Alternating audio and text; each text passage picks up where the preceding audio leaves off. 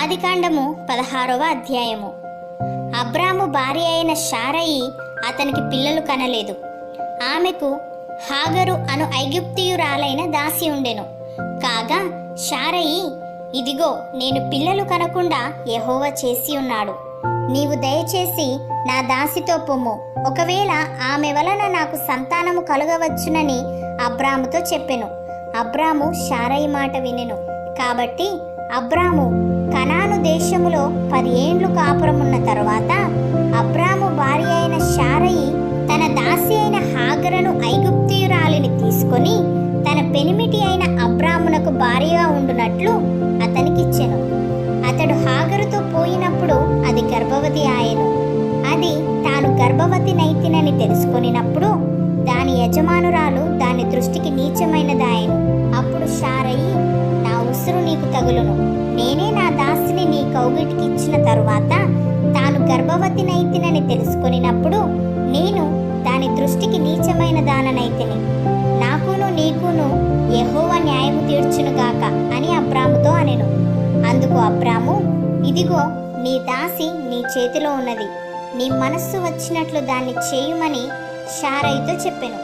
శారయి దాని శ్రమ పెట్టినందున ఆమె యొద్ద నుండి అది పారిపోగా యెహోవా దూత అరణ్యములో నీటి బుగ్గ యొద్ద అనగా షూరు మార్గములో బుగ్గ యొద్ద ఆమెను కనుగొని, శారయి దాసివైన హాగరు, ఎక్కడ నుండి వచ్చితివి, ఎక్కడికి వెళ్ళుచున్నావని అడిగినందుకు అది నా యజమానురాలైన శారయి యొద్ద నుండి పారిపోవచ్చున్నానెను.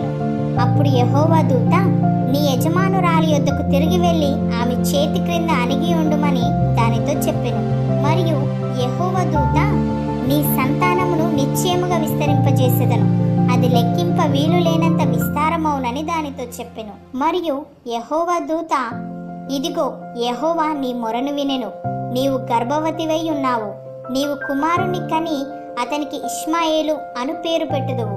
అతడు అడవిగాడిద వంటి మనుష్యుడు, అతని చెయ్యి అందరికిని, అందరి చేతులు అతనికిని విరోధముగా ఉండును. అతడు తన సహోదరులందరి ఎదుట నివసించునని దానితో చెప్పగా అది చూచుచున్న దేవుడవు నీవే అను పేరు తనతో మాటలాడిన యెహోవాకు పెట్టెను. ఏలయనగా నన్ను చూచిన వాణ్ణి నేనిక్కడ చూచితిని గదా అని అనుకొనెను. అందుచేత ఆ నీటి బుగ్గకు బెయేర్ లహాయి రోయి అను పేరు పెట్టెను. అది కాదేశుకును బెరెదుకును మధ్యనున్నది. తరువాత హాగరు అబ్రామునకు కుమారుని కనెను. అబ్రాము హాగరు కనిన తన కుమారునికి ఇష్మాయేలను పేరు పెట్టెను. హాగరు అబ్రామునకు ఇష్మాయేలును కనినప్పుడు అబ్రాము 86 ఏండ్లవాడు.